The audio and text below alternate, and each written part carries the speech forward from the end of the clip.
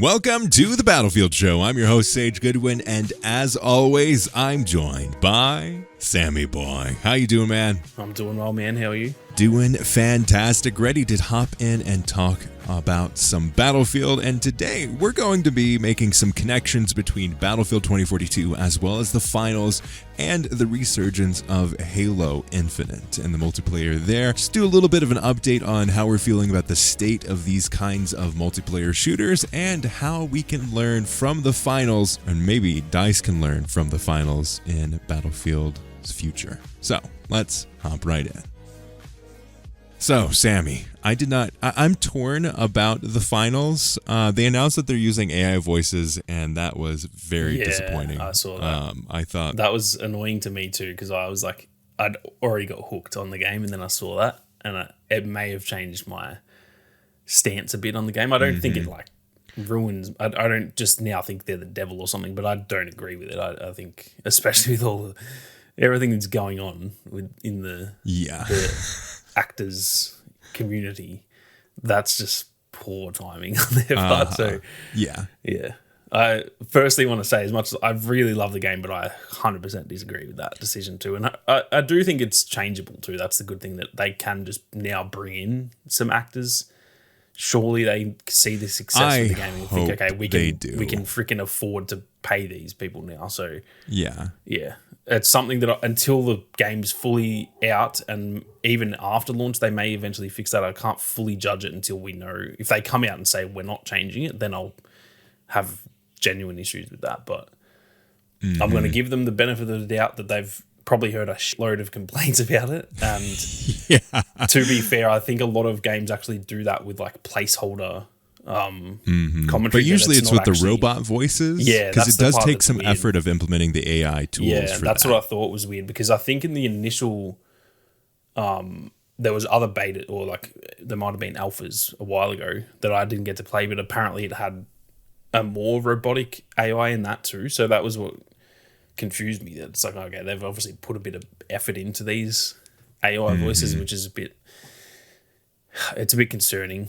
But yeah, from a game studio that I can previously respected to a great extent, to now one that I'm like, seriously, guys, I have lost that respect for you, unfortunately, because I feel like this was an opportunity for them to really do something different and not ride the trends. I think AI is really interesting and has a lot of advantages and is really interesting in improving someone's efforts. I do not think it should ever be the exclusive effort. I think anything it replaces is bad, in my opinion. I think there's a lot of great AI stuff. A lot of people are just like fully anything AI, they just think it's bad. I don't think that's the case. I think anything that, even like for us as editors, there's a lot of stuff now with like Premiere Pro, for example. You can enhance your editing and make it quicker. Like that's great. That is a very good thing, because it just makes everyone more efficient, which is a good thing. But if you were then to somehow like replace editors, that's obviously not a good thing. So my stance on AI stuff is, if it enhances or improves or makes something more efficient or essentially just helps, that's awesome. If it replaces anything at all, I'm not for that at all. So especially just like I said, with the current stuff going on in Hollywood with all the actors like that, man, surely bad timing. And that's the thing too, I feel like game announcers in a shooter, surely they're not going to cost freaking millions, are they? Like there's only so many things that can happen in a game. Get an I can see the advantages of, you don't need to pay the best voice actor in the world. Just get someone. I'll do it for freaking $20 if you want. Like, who cares? Give me the season pass every season. If you want this beautiful Aussie voice in your game, then just buy me the battle pass and I'll do the voice acting. You heard it here first, guys. Yeah, so there's this whole discussion piece around that, and I wanted to get it out of the way first because besides that, I'm really interested because this whole studio, Embark Studios, is made up almost entirely of ex-DICE people. So this is a studio born from the ashes. All of the veterans that you've seen leaving DICE, they've one way or the other ended up in the Embark Studios office or remotely in the Embark Studios office.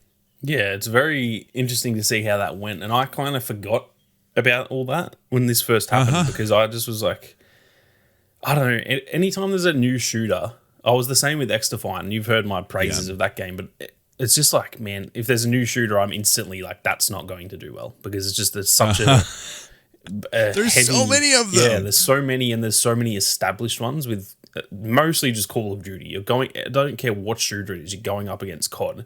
It's the biggest game every single year. There's also like Fortnite and Apex. They're still shooters, but they're like the battle royale genre. It's its own little thing, but they're still so massive. They've got hundreds of millions of players. Like, I just instantly, it probably sounds pessimistic, but every time there's a new shooter that gets announced, even when it looks really cool, I'm just kind of like, it's probably not, it'll die straight away. This one and X-Defiant have both kind of looked to me like they have a lot of potential. It doesn't mean they're guaranteed to do that, but I do think, especially now the finals, I think it's actually jumped ahead of X-Defiant for me in terms of my excitement. I think it genuinely has a lot of potential, as in it could become it'll never be like in that top tier with Call of Duty and stuff, but it could be a genuine competitor in the fact that it stays around. Like, same as like Rainbow Six, for example, that's kind of in its own category and it's not as big as those games, but also everyone knows Rainbow Six. Everyone's heard of Siege. So yeah, I think it has that potential where it's not going to be a competitor sales wise, but it will be sticking around if they can obviously just stick the landing and the live service. It also just comes down to that. It could do really well and then die off early as well. So it all comes down to how they handle it. But I think it has a lot of potential, and I think it's the shooter that I'm actually the most excited for, which is come out of nowhere. Because when the beta came out, I was just like, guess I'll try it. Like, I don't really. It looks kind of cool, but I don't really care that much. And then I genuinely got addicted from pretty much the first The DICE day. drug dealers are like, hey, first taste is free. I think what you said is very apt there. There's this level of competition in the space around shooters.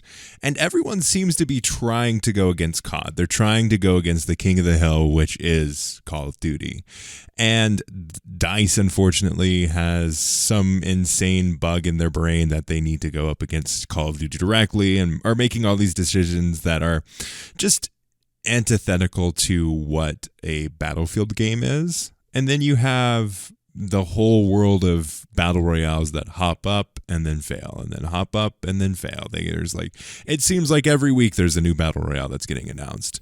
But I feel like both X-Defiant as well as now the finals are in this really interesting place where they aren't going for the big boys. They're going for the places where the big boys aren't covering anymore. You have the big battle royale games that are doing the battle royale things and trying to stand out from the crowd there. You have Call of Duty and Battlefield fighting it out even though there's no competition there.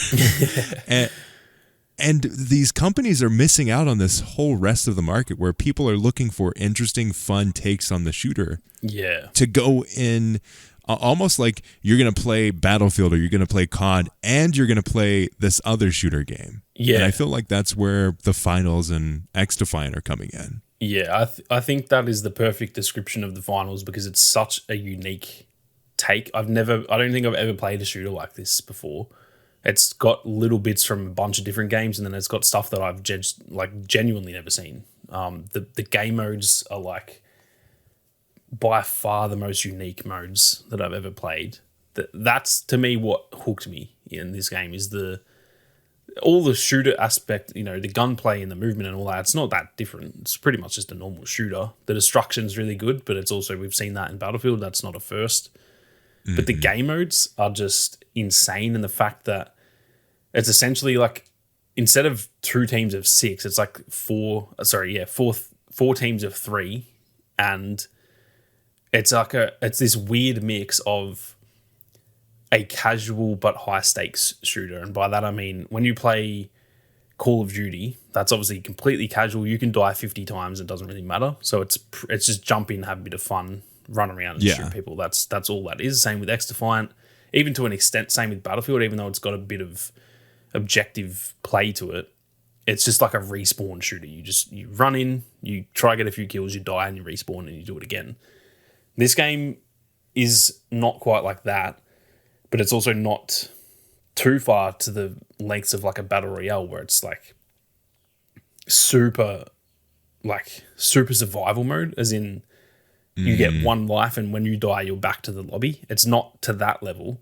It's essentially a mix of the two where the deaths do matter, and it is a very competitive and almost like in a good way stressful game. It's like you're kind of like stressing out the whole time, like, oh geez, I don't want to die here.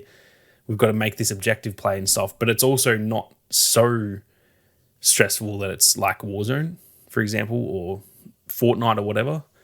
And I think that perfect mix in the middle is what made this so addicting, because to me, it really scratched that competitive itch that I get for games like Warzone and stuff like that. I love the just adrenaline of like the end game in Warzone, right? But sometimes that's too much. Sometimes I don't want to just sweat for half an hour every single game and then come second and you don't win, and it's just really frustrating. But I also get very bored of the casual shooter too. Like, as we're recording this, Modern Warfare 3 comes out tomorrow and I'm keen for it, but in 2 weeks I'll be bored because it's the same thing every time. You just get into the game, you spawn, you get some kills, you die.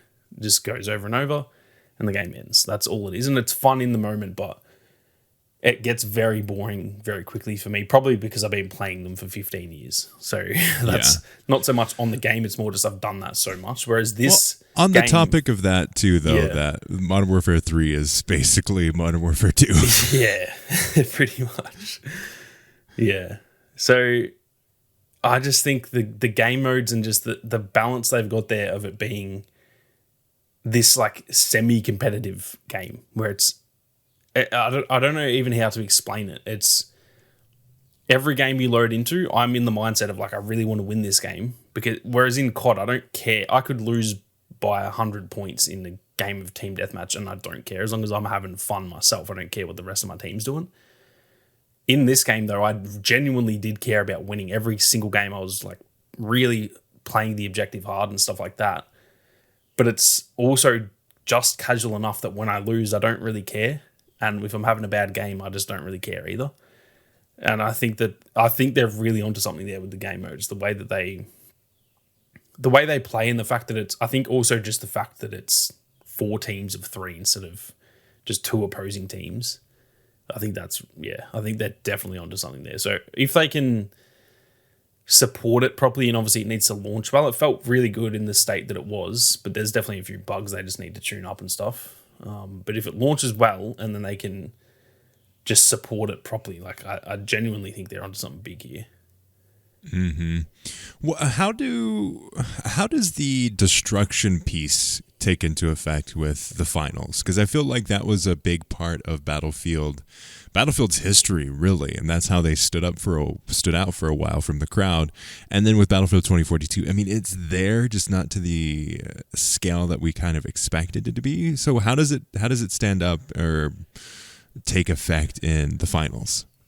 It's very similar to like Battlefield 4 destruction, but I would say better. And I'd actually say it's better than any destruction we've had in Battlefield. It's like anything can be destroyed to an extent, like, so the floor of the map can't be destroyed. But I mean, buildings and stuff, you can knock entire buildings down like you could in Battlefield 4, but it's a bit more fluid. Obviously, in that game, you had to like blow up all the bottom walls, and then it would almost enter like that animation where it would crumble, and it still looked really good, but it was it wasn't like free flowing. It was like once you break that final wall, then that building like starts the animation. In this game, it's not. It's a bit more free flowing like that, and you don't have to break the whole building for it to collapse. Like if you break one side of the building, then it will. It just kind of feels like it's more physics based. That the building obviously wouldn't structurally work at that point, and so it starts to fall over. It's also really cool that like say in a 3-story building, right? If you're on the ground level, and then on the middle story, maybe the objective is in that room. If you stand right below the objective, certain characters can like break the wall. So there's like the heavy class has like a sledgehammer that you can use, and if you were to if you were to hit the roof with the sledgehammer, it will break the roof, or the roof for you, or the ceiling for the floor for the level above. Yeah. And the objective will actually fall through into your room. So it's like it's almost like tactical destruction. Like the amount of times I've captured an objective, like I'm making the deposit and we're trying to defend it. And I'm in that room thinking, all right, we're set up well here. If they want to come in, they've only got one door or one window to get through. And then next thing, the freaking objective falls through the floor because someone's outsmarted me and they've just smashed the floor a bit. Like it's really just the way they've done that is so good. And so making it a key part of the gameplay. Yeah. So it's not just, that's the thing. A lot of people, especially with 2042 as well, a lot of people just want destruction for the sake of destruction, which, don't get me wrong, it doesn't really hurt if it's done properly. But this is like destruction for the sake of it actually affects, it's like a key pillar of the game in general. And just kind of like, would you say it's like a key mechanic even? Yeah. Like it's almost like in a way, it's almost the same in certain elements too, with like the fortification in Battlefield 5, for example, because there's certain like gadgets you can use. So there's a thing called a goo grenade that you throw it down and it puts like it almost explodes into this big foam that then becomes hard, and you can like create a wall almost in front of you.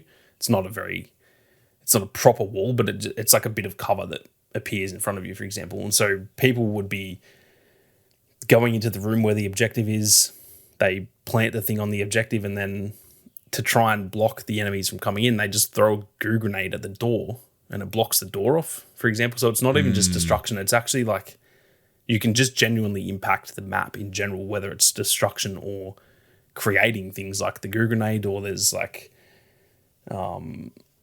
certain barricades that certain classes can have and stuff like that. So it's definitely a key part of the game, and the destruction side of it is like, once I saw people starting to do that, it almost became a key focus for me, that I was like, all right, we can, like it became part of my tactics when I was trying to defend an objective or attack an objective. Like I said with that example before, there'd be a time when I couldn't get into this room to try and take the objective, and I just thought, all right, I'm blowing that room up. Like if they're going to just camp in there, I'm blowing it up. And then it completely changes then they just start going, oh, we didn't think of that. So then they start panicking, and my teammates maybe didn't know. It'd be a lot funner playing with friends too. I didn't even play with any friends, but if you could plan those attacks and say to your friends, all right, there's 3 of them in that room, I'm going to blow the floor up. We're going to sit on the floor below, and when I blow it up, I need you guys to shoot them as they're falling down. Like the tactics that can be deployed in these modes is just going to be insane. So it's definitely a key part of the game, and it's probably more, I would say it's also more crucial than it ever was in Battlefield. I think there's been, certain maps like Siege of Shanghai, for example, that was like, the destruction was crucial, because if you couldn't capture that top flag, you could just blow the building up. So I'm not going to say that wasn't important, but I think this is probably as important as something like that. But instead of it being almost on rails, you can pretty much do whatever you want with the destruction. Okay. So it's more of like a sandbox to play around in than It is like, oh, hey, look, it's more like, hey, you can attack this beast anywhere than like a classic video game where it's like, I don't know, maybe you should aim at the pulsating purple sphere that's attached to it now. Yeah, pretty much. And that's the way that I would describe it too, is that if you spawned people into a game, right, and none of them, like it was some sort of test and you didn't tell them there was destruction, then they can completely play that match without any destruction and it would still play well because it's not reliant on the destruction either. But then once people start realizing you can blow things up and all that, then it just changes it even more. So I think it's really good in that sense too, that it's like crucial for the game, but it's also not reliant on it, so that if people can't blow a wall up, for example, that doesn't make the game worse. It's just an added element there. And I think they're really on. I think of it as almost. This might sound bad in a way because I think a lot of people don't like this about Fortnite, but think of it as how Fortnite has you can build structures and stuff. Yeah, it's almost the same type of thing to Fortnite, where that game would actually be very different if you couldn't do that, and all the people really enjoy it still because it's obviously got like the no build mode now, but. I think this is going to be nearly as crucial to the game as when Fortnite launched and it had the building aspect. It was something that people were like, well, that's really cool. And it drastically, the people who are really good at building, they generally would win games. It's going to be kind of similar in this, where people who can just use their brain and think like, all right, we can't get into that objective. I'm blowing that whole building up and I'm going to change the game. Like, I think those type of players are going to really enjoy this game. Nice. So putting this into the perspective of Battlefield, what do you think that DICE could take into effect with this game, maybe in the next Battlefield? That's a good question. I think it's easy to just say destruction, but they've already done that as well. So I don't want to just like they are taking that from Battlefield. So I don't want to like praise them too much for that, because they worked on Battlefield, they did that, and now they're taking it to their own game. So I can't really, it sounds like that's a negative towards Battlefield if I'm like, oh, they should add destruction, because like that's where it started. We all know that. So yeah, but it's also that. Like, hey, DICE, you broke up with this girl. You can't get mad at another person for dating them. Exactly. So just because I'm also saying I'm going to avoid it, I do also think that's the easy answer. They need to bring that level of destruction back. But I think that's like the obvious answer. So I'll just leave that for now, because I think we all wanted that anyway. Whether the finals came out or not, I think we've all wanted that really good destruction to come back. Something I would really love to see DICE do is this multi-team like game modes. The modes in this game are just insane.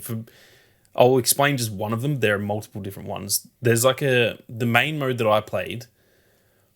Actually, I'll explain two because it kind of gives a better example. There's like a casual mode that I was playing. I think it's called Banquet. And essentially 4 teams load into the game. There's 3 on each team. You can choose. There's 3 different classes in the game. There's the light, medium, and heavy. And not only does it change your like weapons and stuff, your actual physical character is like drastically taller or shorter. So the light class is like genuinely small people, but they're super quick, faster movement, but they've obviously got less health and stuff like that. And they have more of like the SMG type weapons. There's then the medium class that is essentially, I guess you would say, like the assault class in Battlefield, where it's just like the all-rounder, and they can kind of heal their teammates. They've got medium health and medium pace. And then there's the heavy class, who is just pretty much a tank. They've got way more health, but they're also much slower. And so that alone is also cool, but I don't think that's something Battlefield could necessarily do. But anyway, you load into the game, and in this mode, Banquet, it's pretty much a race to get to $40,000. And what you have to do is there's these vaults that pretty much appear around the map, and they're completely random. So it's not like there's set objective locations or anything. You have to go and get these vaults. They do have like timers on them and stuff, so you can't just go and get it straight away. You got to almost like protect it for a little bit. And obviously everyone's going for these, so this is almost where it's got that little battle royale aspect to it, where everyone's drawn to these same areas on the map. And early in the game there's multiple, but towards the end there's only like 1 or 2 left. Okay. You pretty much have to get the vaults and like unlock them.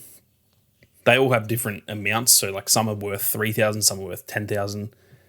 And then once you open them, you get the coins from them and you pretty much have them on your character. So your teammate and yourself, for example, or between the three of you, you might have 10 grand, right? But if you don't then take that to the bank, if someone kills you, you drop it all. So it's kind of like this, once you get the money, then you're kind of like, all right, we need to take this to the objective, because if we die, it's all gone. So then once you've gotten the vaults, it's like you've got to go to the banks, which are, you pretty much have to just go up to it and like interact with it, and you'll slowly deposit the money. But obviously it's a long enough time that if people are near that, you know, you're completely indisposed. So you've got to pick your timing well. And then, it's pretty much just first to 40,000. So also killing people, like that drops their coins. So if maybe you're not able to get any of the vaults, but you can just go around hunting people, and you might have just hunted that team that had the 10,000 on them. You kill them, you take their money, then you take it to the vault, and it's pretty much the first team to get to a certain limit. So that's like really fun in itself. It's just something I've never really played it before. It's almost like capture the flag between 4 teams with dynamic flag points. Like they don't stay in the same spot. So the objectives also don't stay there. They have timers on them. So after like 2 minutes of the bank being in one spot, it has a timer on it, and once it gets to 0, it just disappears, and then another one spawns somewhere else. So it's like constantly changing, and you can't just like camp an objective forever, because eventually it'll move. So that mode is super fun, and that's like something I've never really played anything like that. And then in the like tournament, so they have like a ranked sort of it's like a tournament system within the game. So it'll load you to these big lobbies where it then splits it into 2 different games. So there'll be 4 teams in one game, 4 teams in the other game. The 2 who win, so like the top 2 teams in each of those games, they survive and they qualify for the next round. The 2 who lose in each game, they just get kicked out and they've got to start again in another tournament or whatever. And then in that mode, obviously, it just goes till the end, and the team that wins it all. But in that mode, instead of it being the same rules as the one that I just said, it's like the same thing. You got to go get these things from the vault, but then instead of kind of quickly depositing that money into the bank, it's almost like planting the bomb in Rush, where it's got a big timer that you've got to then defend the objective. So you might get one of these vaults that has 10,000 in it. You and your teammates all carry that to the bank, but then once you start, it's almost like planting the bomb. That counter, like, literally goes for like 90 seconds. So you've got to like plant that, but then you're alerting everyone that you're there. So people will see, okay, this team's planted that, we can go and stop them. And what you can actually do is steal it. So if that gets to 98% finished and you kill all the people on it, you can just go and steal that deposit. And then once it gets to 100, that you actually get the coins from that. So it kind of becomes this game of like, in a way, King of the Hill, where you've planted that bomb, or it's not a bomb. It's just so much easier to explain it like that. You're pretty much depositing this vault into the bank, and it has like, say, a 60 to 90 second timer. I don't actually know how long it is, but then as you're depositing that, then it's like crunch time of like, all right, we have to survive, because if we all die, someone's stealing this, and then we've lost everything we just did. And then if that does happen, pretty much they then take control of it, but then you obviously have to go back and try and kill them all and steal it. But it's pretty hard because they can set up and defend it really well. So it's like a real high stakes game. It's almost similar to Rush in that sense, where you've got to plant the bomb and then defend it. But instead of it just being an attacking team and a defending team, there's 4 teams that are trying to do this. And there's usually 2 banks at any given time. So like sometimes every team's fighting over one bank. Sometimes 3 might be fighting over one, and you just get lucky and your team just goes to the other one and defends it, and they don't ever attack you. It's just like very different. Each game is completely different. And like I said, the banks all move around and stuff. Sometimes they're out of the open. Sometimes they're in a building, and you can blow that building up and make it open, or you can try and defend it from inside the building and stuff. Like, it's just very, very unique. And that's something I would love to see them bring into Battlefield, is just really unique modes like that. And especially, I think the modes with more than 2 teams, it's so much fun because it's just like a whole different dynamic that I've never really experienced in that type of shooter. The exception being a battle royale, because that's pretty much what that is. It's a bunch of teams of 4, for example. But it's obviously much more high stakes. This is almost taking a lot of those really good elements from battle royales and like shrinking it down to a casual mode. And I think that's what it does so well compared to, Call of Duty and stuff like that. Mm-hmm. I feel like from your descriptions here, and also just comparing this to Battlefield 2042, I feel like there's this shift with recent Battlefield games of like stepping away from game modes. I feel like in Battlefront 2015 there were 13 game modes that they had at launch, and then they added on top of those to where eventually I think they had like 15 or so. Obviously there are benefits and downsides to the decision to add more game modes. You divide your audience across the different game modes, which is a downside, but you also give the ability to have more varied experiences in your game. So there's that upside as well. But I feel like Battlefield 2042 has really failed in offering a variety of experiences. Yeah, I completely agree. It's the thing with Battlefield, unfortunately, and I'd say it's about the same for Call of Duty. They've tried to change things, but I still just play domination and the main modes. Like, those games are kind of so set in how they've done it that Battlefield is Conquest now. Like, Conquest and Breakthrough and maybe Rush. Even in this game, Rush is my favorite mode, but I don't really play it because it's not the big attraction. Not as many people play it, and they've really just got those 3 modes in this game. Like, they've got Conquest, Breakthrough, Rush, and then they've got all the portal stuff. No one really cares about that. No one really plays it. They obviously pretty much deleted Hazard Zone. So realistically, the game has 3 modes, which is Conquest, Breakthrough, Rush. No one really plays Rush, and most people just play Conquest. So it really is just Conquest. When you load up Battlefield, every time I play Battlefield for the last 6 months or so, couldn't tell you the last time I played a different mode. And I want to. I'm kind of sick of Conquest, but I just play Conquest because that's pretty much what Battlefield is. Same with Call of Duty. It's pretty much domination or, team deathmatch. That's pretty much all it is. I do enjoy search and destroy, but it's a bit more of like a niche mode. It's kind of the same thing as Rush, where it's a bit smaller and a bit bit more niche in the community, I guess. So whether they can adopt that kind of thing, I'm not too sure. I think the advantage that the finals has is that it's a new game. We don't have expectations for what the modes are, and because they're almost selling this game as it's a shooter, but the modes are different. That's kind of the point. Like their motto or whatever is like, can you reach the finals? And that's because of this tournament system they've got. They're kind of selling us on that thing. It's meant to be like the focus of the game is these little tournaments that are in the game. And so I think they've got that advantage that they don't have like a existing set of game modes that we're used to.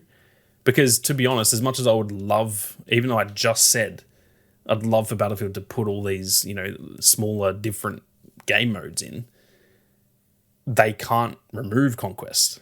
So then, like you said, then you're splitting up the player base. The modes probably won't do as well because, like we've said before, whatever's at the top of the playlist gets played. Like Conquest. Yeah. Conquest in the first playlist inside of Conquest, so right now it's redacted 24/7. 95% of the player base, if not more, plays that. Regardless what it is, it could be the worst game mode in the game. Whatever's that top thing, that's just what people play. So even if you added the best modes into Battlefield, unless you're going to put them number 1 and like kick Conquest out, then they're not going to get played. And if you do that, people will be like, like, why would you get rid of Conquest? It's the DNA of Battlefield. How could you do that? So they've just kind of dug themselves into a hole there, which I don't know how they did that, because from Battlefield 4 to Battlefield 1 to Battlefield 5, I feel like they did have very different modes. Breakthrough wasn't even part of that. was introduced in Battlefield 5, wasn't it? Or maybe Battlefield 1? That was not in Battlefield 4. That's now one of my favorite modes. Yeah. So they used to do it. They used to have like Battlefield 4 had that like, I think it was called aircraft assault, or like, I can't remember it, but you start on like the aircraft carriers, and it's almost like a game of, it was almost like Breakthrough in a way, that you had to like take the land and then push the enemy team back. Stuff like that used to be so cool, and now I just feel like they don't do that. What single mode outside of, for example, Kill Switch that we currently have, which is obviously just a limited time mode, so it's different. What modes have we got in Battlefield since it launched that we were all like, whoa, this is cool, this is new and exciting? Like, we haven't got any. We literally haven't got any modes in the game except for the Portal stuff, and all the limited time modes don't count. They're just like very minor changes that are just there for the sake of adding some skins to the game. Like, they're not adding that as a game mode. So yeah, I don't know. They've just dropped off drastically with that because they used to do it really well. Yeah, I feel like they're doing really good with the limited time only modes, and I think they're definitely doing something interesting there.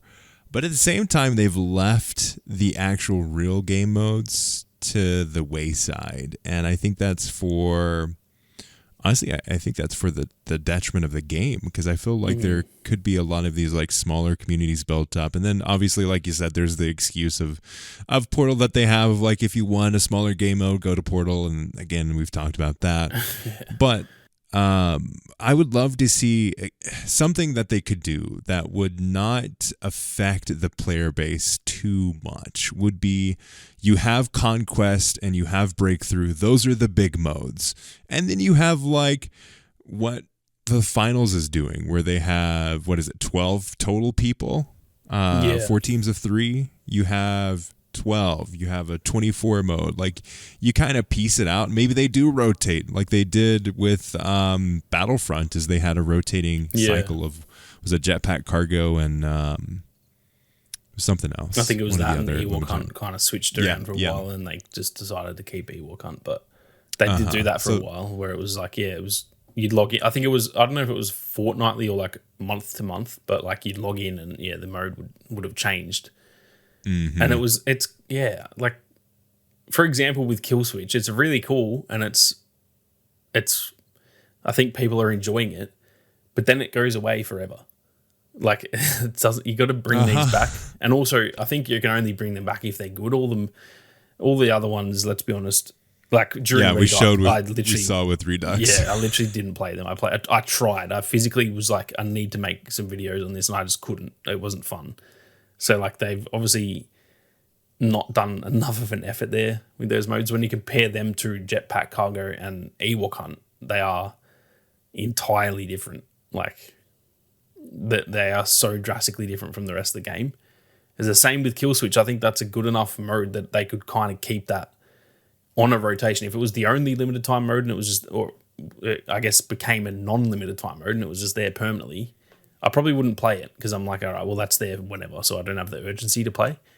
But if they bring him back on that rotation sort of thing that you said, then you've got actually a bit of excitement. So I think that's the way to do it, like you said. But I still, I don't know. I've lost faith in them with the game modes. I think Battlefield for me now is just Conquest with occasionally something else.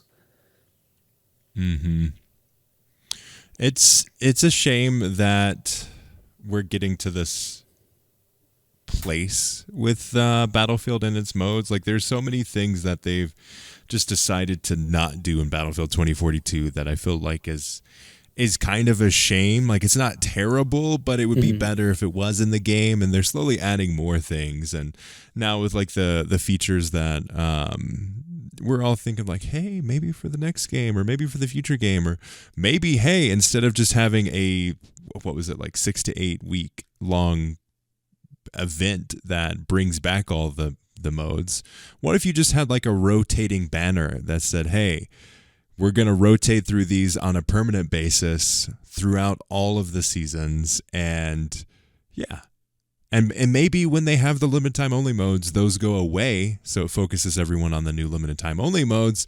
But I think it would be good to have them keep these very, I'd say, important pieces in the game. Yeah, I think the best way to do that is to have you have Conquest and Breakthrough and probably Rush always on the menu. And then you have the top banner, as you called it, or I don't know what, like a tile, just a square with the picture of the mode, and you click on it and it loads you into a game. Have that be, like you said, the rotating modes, or when there is a limited time mode, that just becomes that. So the top banner on the menu, the first thing you can click on to play a game, should be these rotating modes, because if they're going to change things up and try and make it interesting, that should be the focus. It shouldn't be under Conquest and stuff where it's just hidden, because no one's going to play it then. It has to be the main focus, because everyone knows of Conquest. So I think that takes less of a hit when that's, towards the bottom. Well, not even towards the bottom, but it's just not the first thing you can click on. People still know what Conquest is, so if they want to go play that, they can still play it, and there will still be lobbies. Whereas if you flip that and Conquest is at the top, but then the limited time mode second, no one's going to play that because they don't know what that is, and they just go, well, Conquest is at the top, I know what that is, I'm going to play it. It's really weird how our brains work. I don't know why people are like this. I don't know why I'm like that, but the top mode is the most important one. That's pretty much what I would guess 90% of the play base plays in any game. It's not just Battlefield. It's that's why Team Deathmatch has always been the most played game mode in Call of Duty, even though it's the most basic and the most boring. But it's always been number one because it's the first one on the list.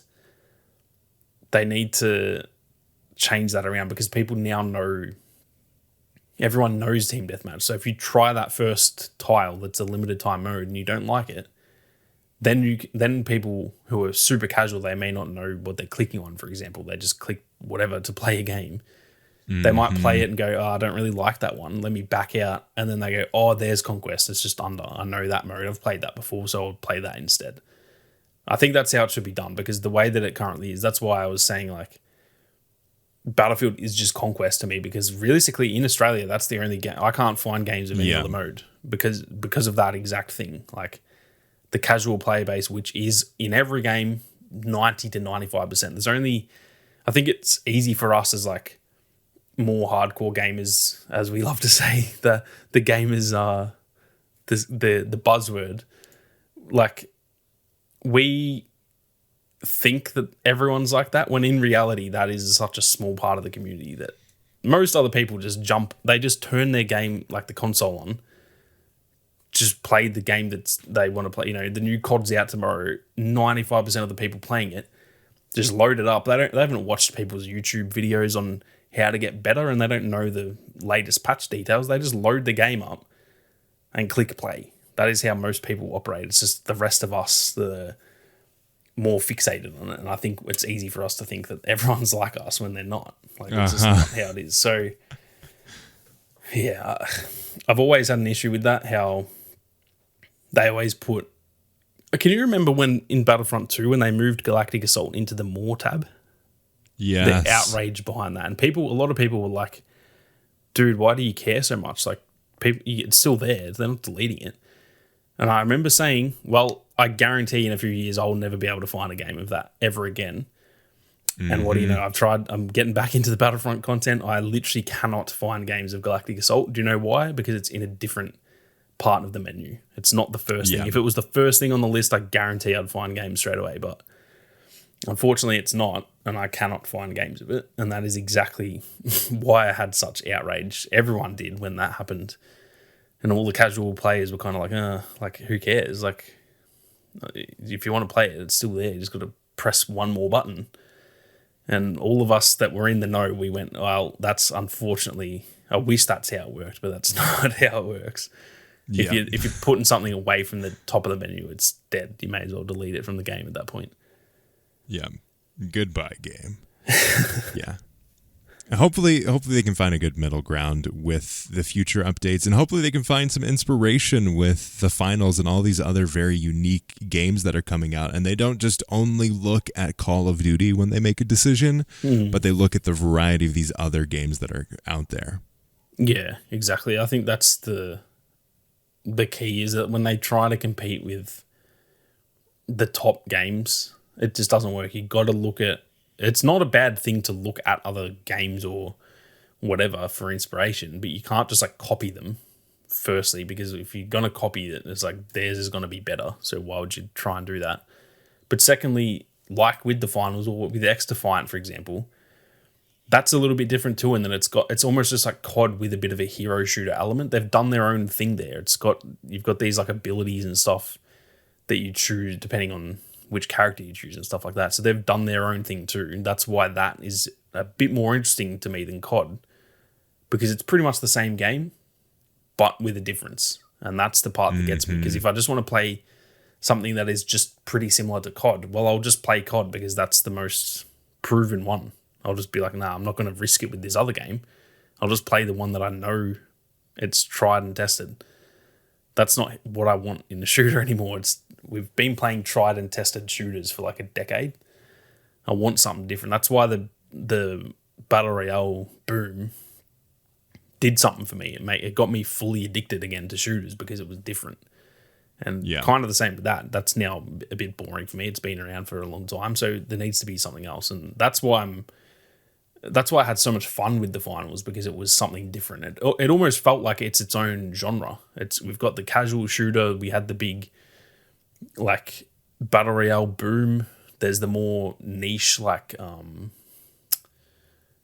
don't know if strategic's the right word, but like Counter-Strike and Valorant and stuff that are a bit more tactical and a bit more serious.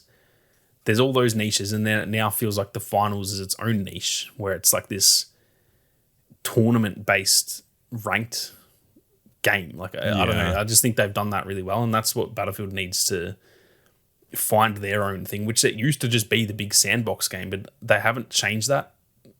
And they tried to change it with this one by just making it bigger. That doesn't work at all. So they've got to find they've just got to find their identity again. I think that's the best way to put it, that their identity was that big sandbox destruction and vehicles and all that, which is great fun. But when you just do it for 10 years and don't really change anything necessarily, it gets boring. And then when they tried to change it, copying the other games like the specialist system, well, it doesn't work. You got to find your own ways to make it better, I think. So hopefully they can improve that moving forward. But yeah, I guess we're never going to know until they announce the next game, which who knows how long that'll be.